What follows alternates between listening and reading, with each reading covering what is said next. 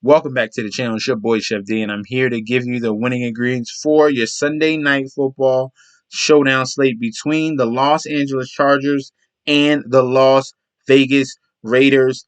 Winner goes to the playoffs. Loser goes home. This is a huge game between the Chargers and the Raiders in division matchup. Two teams that hate each other. And we have a rookie and a veteran quarterback. Not a rookie, a very young quarterback and a veteran quarterback. Derek Carr has been Derek Carr's been through a lot. I really hope he really comes through. And he's been through a lot. All right. But before we deep dive into that, don't forget to like, comment, and subscribe to the channel. Follow me on Instagram and Twitter at MessageSD. And also, if you are a viewer and you're not a subscriber, please click that subscribe button. The goal is to get to 1K so I can do the giveaway. Please support. All right. If you're already viewing, you're not subscribed, just hit the button. Just hit the button. All right, that's all you got to do. All right, now let's get into this showdown slate, the final game of the regular season. Very intriguing matchup we have here. Now, we're going to start off with the captain position. And the biggest, huge problem with both of these teams is that they can't stop the run. They absolutely cannot stop the run. If we go to running backs, fantasy points allowed. Okay, all I need to do is flip it. There's no need to look at the bottom of the list. These two teams are up at the top. More Raiders is because it's more of a funnel.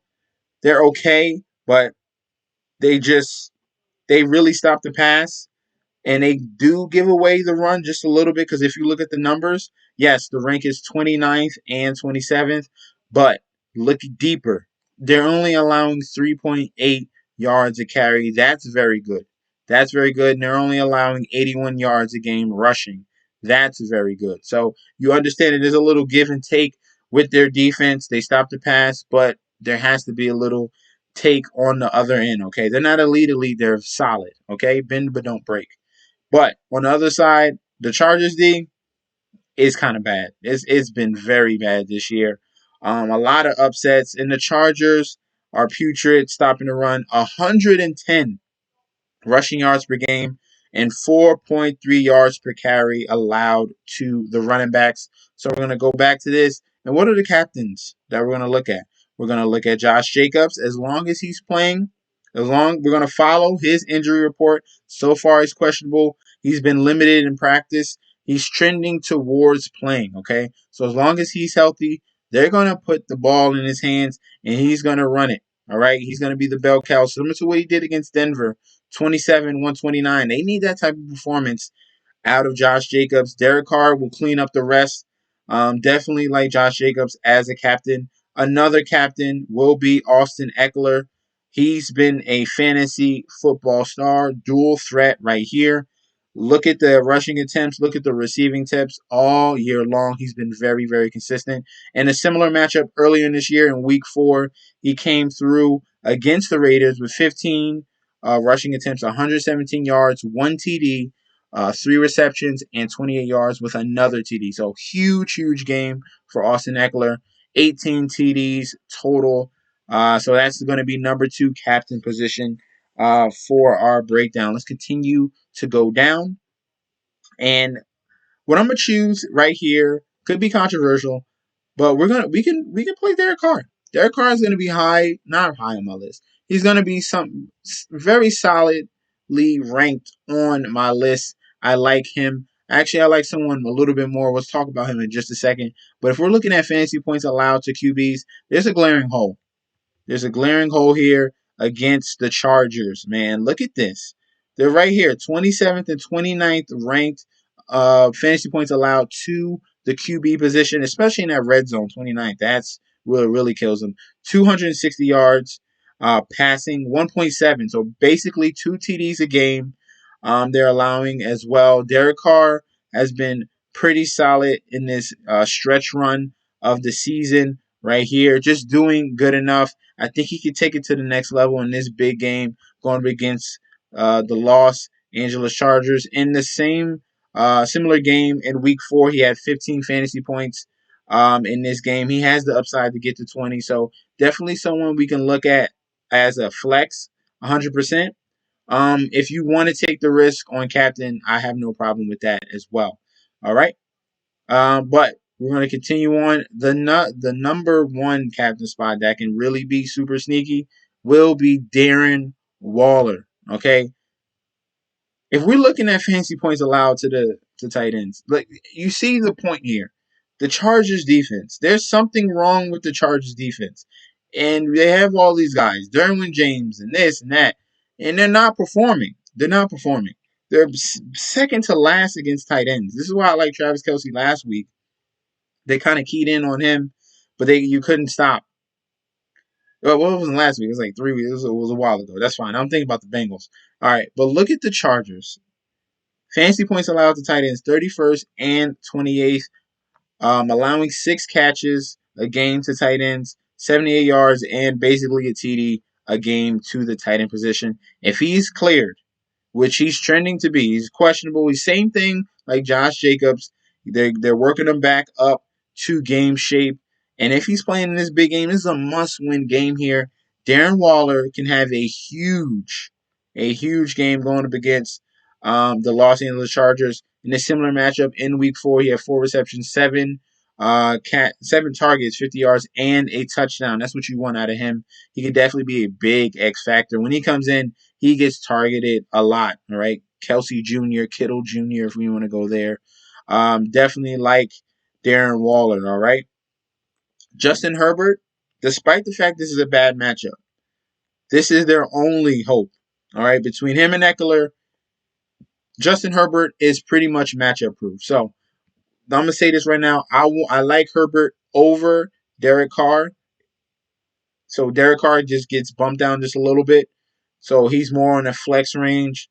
But I did want to bring it up because how bad the Chargers defense is. All right. So definitely could go 2 QBs in your lineup build because this has the potential to be a very high scoring game, back and forth. We already seen how Raiders play KC. Same thing with the Chargers, how they play KC. These individual matchups, unless it's against Denver, tend to be pretty high scoring, okay? So, like Justin Herbert, I like Derek Carr. We got Darren Waller, Austin Eckler, Josh Jacobs. Very solid options here. Another one we can lean on to, I got 2 more for you, will be Keenan Allen. This is their main wide receiver here, target getter, possession receiver. Already has 100 receptions and over 1,000 yards this season. One of the favorite targets for Justin Herbert. I have no problem going with him. And then also Hunter Renfrow for the Raiders. He's been the number one option while Darren Waller has been out. Even when Darren Waller comes back, his route running ability has been very, very good this year. 7 for 76 in a touchdown against the Colts. 3 for 40 and a touchdown against Denver. 13 for 117 and a TD against KC with 32 fantasy points, and then against Washington 22. He's been very, very good. I love Hunter Renfrow. All right, these are going to be your captain options. I understand there's a lot, but this game can go a myriad of ways. The main way I would lean would be one of the running backs, but we can get really creative with Darren Waller, with Keenan Allen, and Hunter Renfrow, okay? But definitely also don't forget to pair him with the quarterback. All right, let's go on to the flex plays for this slate. We're going to start off with Mike Williams. He's the big body wide receiver number 2 alongside of Keenan Allen. He can definitely create some separation. He's had a very solid year. Still, maybe he can get his 2 touchdowns in this week. I don't know, but he still has not had put together a 1,000-yard season and 10 TDs in one total game. He's always had one or the other. Mike Williams, you really had a very strong start and really died off as of late, but still, you are a big X factor in this offense. All right, let's continue to go down.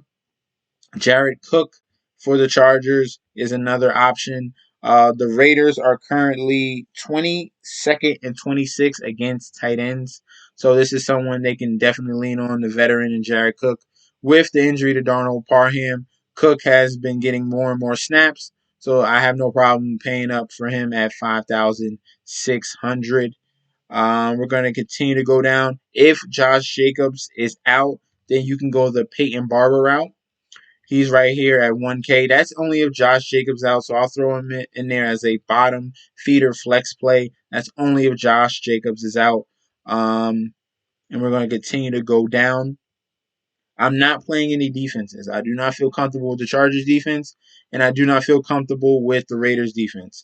You can both lean on the kickers. If I had to choose one kicker or the other, I'm going to go with Daniel Carlson. He was the #1 kicker last year in fantasy, and he's come back and put another solid performance together for the Raiders this year. 92% field goal kicking percentage. Hopkins is right below him at 90.6. So I have no problem with either kicker here. Definitely in this type of in-division matchup with, well, Raiders are more bend don't break, but you could definitely see some opportunities where the kicker will be putting up some solid fantasy points in some of your builds. All right. If we looking for a big X factor, we got some gems down here. We got Bryan Edwards.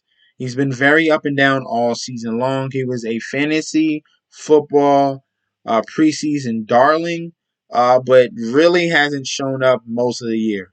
Okay, he'll come out of nowhere when you least expect it. Similar to the other guy I'm gonna talk about, that's DeSean Jackson. He's gonna take the top off the defense. Hasn't had much opportunity to get touchdowns. He only has 2 touchdowns all year long. But if he goes off like he did against Dallas, that can definitely break the slate. So definitely something to notify. Okay, notify you guys on. He had 22 against Dallas, and then against the Rams he had 24. All right, so just be careful. You might want to sprinkle him in there just a little bit. And if we're looking at some other cheap options down below, do I have any other charger for you? I don't think so. I don't think so. I think that's it.